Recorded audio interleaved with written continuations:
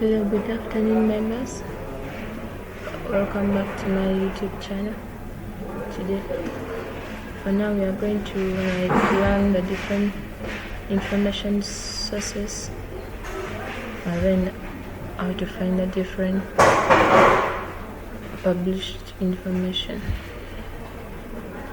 Here we have the information sources, the definition.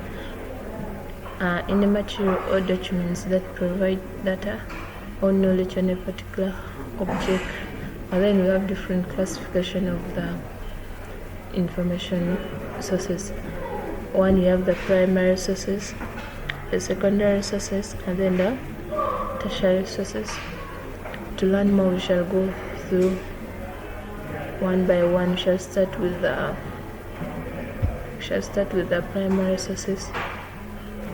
The primary sources is a direct or first-hand piece of evidence created on time or event by someone who directly evidence the event phenomenon. This one is the person is there physically, to find the real source of the information, or the person is the real source of information. Then it also has some characteristics like originality. Since the person is there to evidence it, there is originality of the information, the information is original. And then raw data. Here we can also say, since the person took the data directly, it's going to be raw data. Then unmediated evidence. This example can be during an interview. There will be no intermediate. There is unmediated evidence because the person is there by his or herself. And then time related, it's done in that specific time. That's why it's the primary sources. And then here we also have the next one is secondary sources. Secondary sources interprets. No, sorry for that. We first go to the examples of primary sources. We have documents, creative works, the things you do it yourself. That one is a primary source.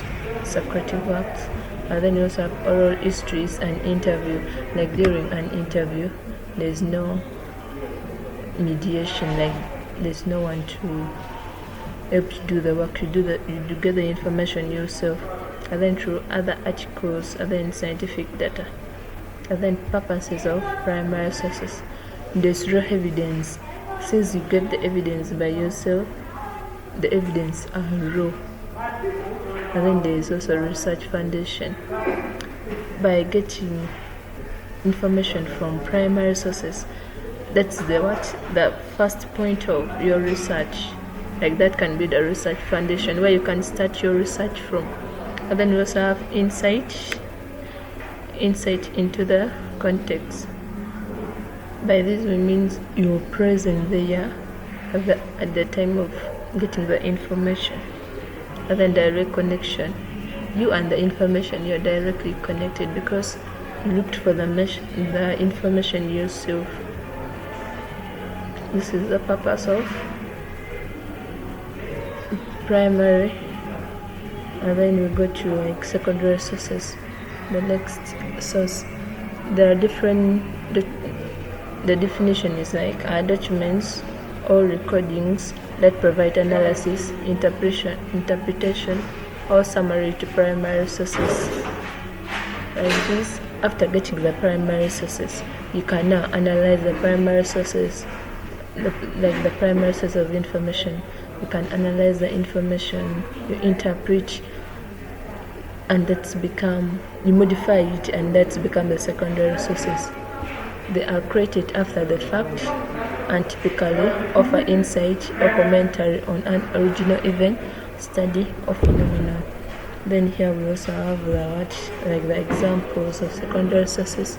We have books, journals, articles, biographies, reviews, documents, encyclopedias. And then we can go to the purposes. The first one, we have contextualization. After from the primary sources, you can develop your secondary sources, and then you add other text, like you add other things to the work. That's bring the point of contextualization. And then there's also analysis and interpretation. This secondary source is able to analyze and interpret like the different information you have got from the primary sources. Then there's a summarization. You're able to summarize the work. You can also review your existing work. You can support the evidence. This is like citing the work, giving the references. And then there's also historical perspective. Then education resource. These primary sources always help us to find the different information, mostly in education, like in education sectors. And then the next one we can go to is the tertiary sources. These are compilations or summaries of primary and secondary sources. Tertiary sources come as a result of combining the primary and secondary sources, and they provide an overview or distillation of existing knowledge without contributing original analysis or interpretation. And we have the examples here: encyclopedias, dictionaries,